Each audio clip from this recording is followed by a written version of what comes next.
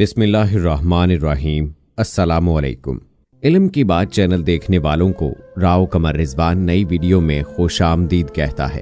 दोस्तों, आज की इस वीडियो का मकसद आपको इस जिंदगी से मुतल्लिक आगाह करना है जो हमारी इस दुनियावी और जाहिरी जिंदगी से कहीं ज्यादा खूबसूरत और बाकी रहने वाली है, क्योंकि कुरान मजीद की एक आयत का मफहूम है कि क़यामत की घड़ी आकर रहेगी, उसमें कोई शक नहीं है, और अल्लाह जरूर उन लोगों को उठाएगा जो कब्रों में पहुंच चुके हैं।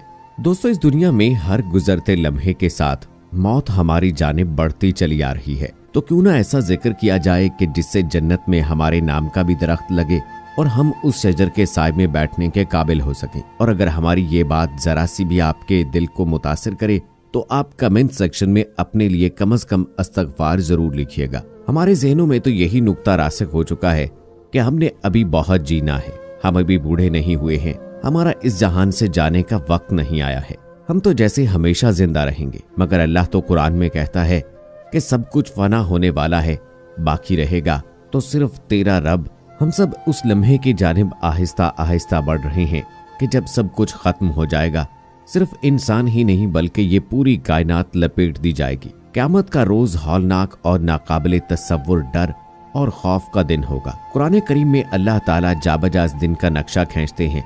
उस दिन जमीन को हमवार कर दिया जाएगा, सितारे बुझा दिए जाएंगे, सूरज लपेट दिया जाएगा, पहाड़ यूं हवा में तैरते फिर रहे होंगे जैसे धुनकी हुई ऊन होती है, और कब्रों में सदियों से सोने वाले यूं हड़बड़ा कर जागेंगे और पूछेंगे जमीन को क्या हो गया है, किसने हमें नींद से जगा डाला है। तमाम मुर्दों को जिंदा कर दिया जाएगा ताकि वो अपनी आंखों से उस दिन को देखें जिस दिन को वो झुटलाते चले आए हैं या गफलत में पड़े रहे हैं। बड़े बड़े फिरौन, नमरूद और बादशाह उस दिन थर थर खौफ से कांपेंगे, और उस दिन अल्लाह कहेगा कि बताओ कौन है उस दिन का बादशाह।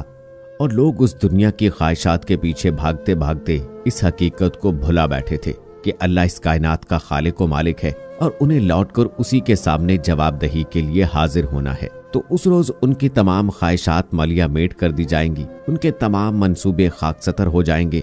उस रोज एक ऐसी नई जिंदगी का आगाज होगा जो कभी ना खत्म होने वाली होगी, और इस जिंदगी का आगाज इस कदर हौलनाक होगा कि गुनाहगार उस रोज दोबारा मरने की तमन्ना करेंगे। ये दुनिया तो एक धोखा और फरेब थी, मगर फिर भी हम अपनी शुरू ही से दुनियावी चीजों को हासिल करने की ख्वाहिशात पालते रहे।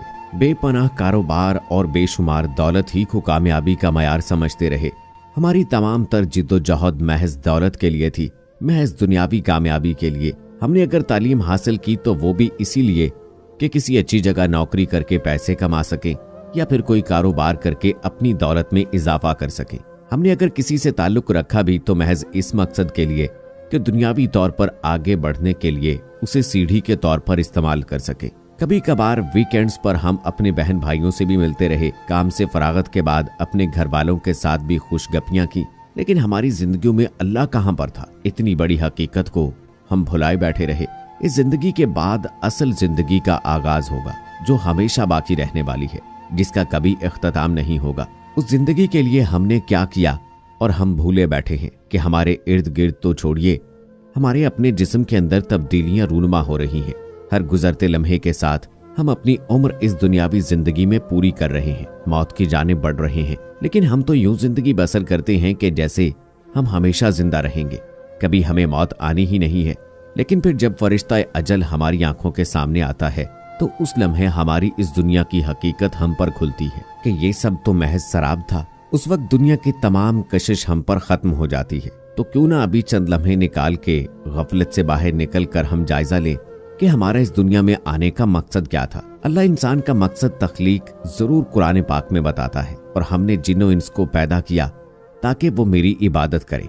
सिर्फ इस मकसद का हसूल करके ही हम आखिरत में कामयाब हो सकते हैं। मगर कुछ लोग अनदेखी ख्वाहिशात की तकमील ही में जिंदगी बसर कर डालते हैं। मौत के बाद तो बचने की महज एक ही सूरत है कि इंसान मौत के साथ ही खत्म हो जाए, कभी ना दोबारा जिंदा किया जाए। मगर अल्लाह ताला तो साफ अल्फाज में कह रहा है कि मैं जरूर उन लोगों को दोबारा उठाऊंगा जो कब्रों में जा सोए। अल्लाह का फरमान है कि मौत बिलाखिर उन लोगों तक आकर रहेगी।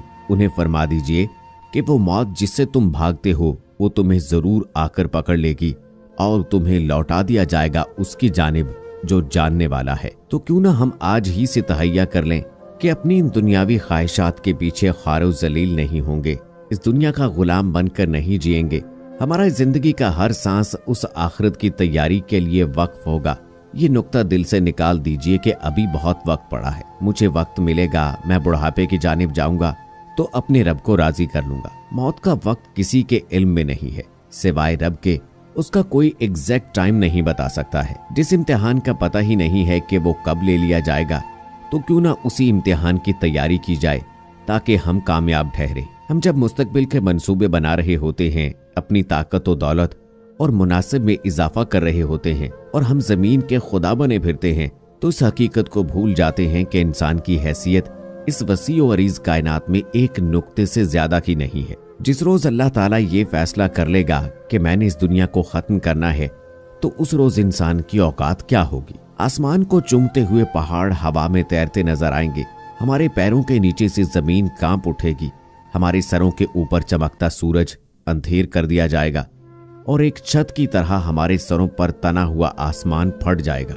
इतनी बड़ी कायनात महज चंद मिनट्स के अंदर अंदर मलिया मेट कर दी जाएगी, तो वहां पर इंसान की क्या हैसियत और औकात होगी। जितनी जल्दी मुमकिन हो सके अपनी जिंदगी गुजारने के तौर तरीकों को अल्लाह ताला के अहकामात के मुताबिक ढाल लें, यूं ना हो कि देर हो जाए और हमारा अंजाम भी उन लोगों के साथ हो कि जिनका अंजाम कुरान पाक की आयात के मफाहीम में बयान किया जाता है कि वो लोग अल्लाह के हजूर पेश होकर ये कहेंगे कि हमें एक और मौका दिया जाए, हमें दोबारा से दुनिया में भेजा जाए, लेकिन अल्लाह ताला उन्हें वो मौका इनायत नहीं करेंगे। तो जो लम्हे मौजूद हैं, क्यों ना हम इसी में अपने रब को राजी कर लें। लेकिन अगर हम इस दुनिया की ख्वाहिशाती में खोए रहे, तो याद रखिए कि एक हदीस का मफहूम है कि अल्लाह इंसान से फरमाता है, ऐ इब्ने आदम, एक तेरी चाहत है और एक मेरी चाहत है, और होगा तो वही जो मेरी चाहत है।